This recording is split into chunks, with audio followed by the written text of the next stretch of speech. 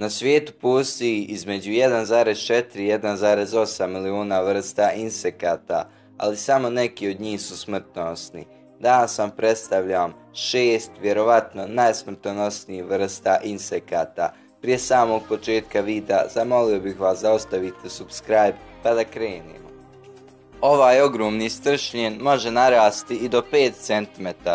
Raspon krila mu je oko 76 mm, a poznati su slučajevi da samo jedan ovakav stršljen može razoriti cijelu košnicu pčela. Što se tiče ljudi, ubod može biti smrtonosan ne samo zbog alergijskih reakcija, već i zbog mnogih toksina koje nosi u sebi. Svake godine ovaj gigantski stršljen ubije oko 40 ljudi.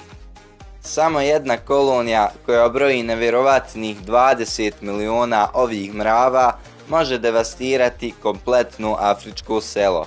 Kada im ponestane hrane, kolonija krene u marš kao jedna cjelina, uništavajući sve što im stoji na putu. Iako ih nije teško izbjeći, mladi ili stariji ljudi često postanu njihove žrtve. Svake godine safari mravi ubiju 20 do 50 ljudi i napravi na $1000 šteti. CC muha je poznata po tome što prenosi mnoge opasne bolesti. Nastanjuje Kalahari i Saharsku pustinju. Dosadne su kao i svaka druga muha, a uz to i piju krv.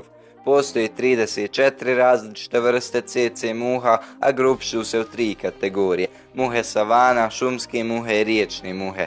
Većina smrtnih slučajeva u Africi koji uzrokuje ova muha desi se uslijed bolesti poznate kao bolest spavanja i svake godine između 250.000 i 300.000 ljudi umre zbog ovih muha. Možda vas gomila sitnih mrava ne plaši, a da li bi vas uplašila gomila mrava koja ide prema vama i vrišti? Da, vrišti.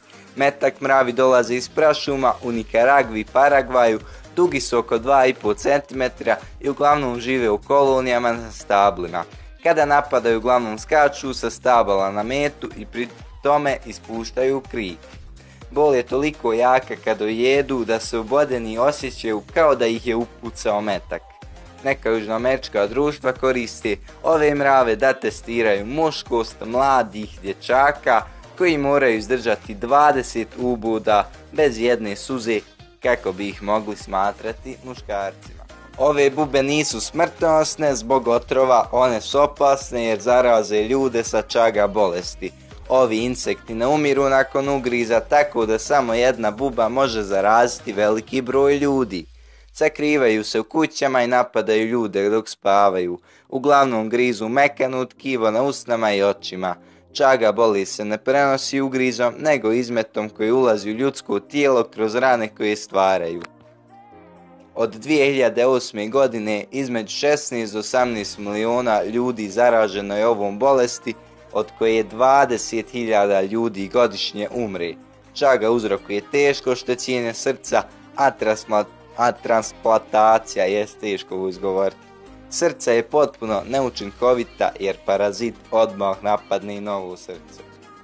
Svijet je pun opasnih stvari koje nas mogu ubiti, ali što se tiče ove vrste ubojitih pčela, možemo kriviti samo neke naučnike koji su pokušali spojiti afričku i evropsku pčelu i nastala je prava ubica.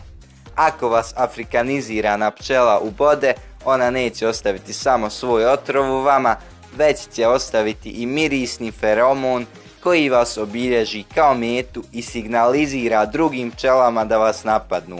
Ljudsko tijelo može izdržati oko 14 uboda pčela na svaki kilogram tjelesne mase prije nego što bude život ozbiljno ugrožen. Ali ova pčela može da ujede 500 puta za 30 sekundi. Izračunajte sami koliko bi dugo ostali živi. Do sad je poznato preko 1000 smrtnih slučajeva koje su uzrokovale ove pčele. I to bi bilo to u ovom videu, nadam se da vam se svidio. Ako jeste, ostavite subscribe, kliknite na ono zvonce pored subscribe-a, ostavite like i do sljedećeg videa, budite mi dobri.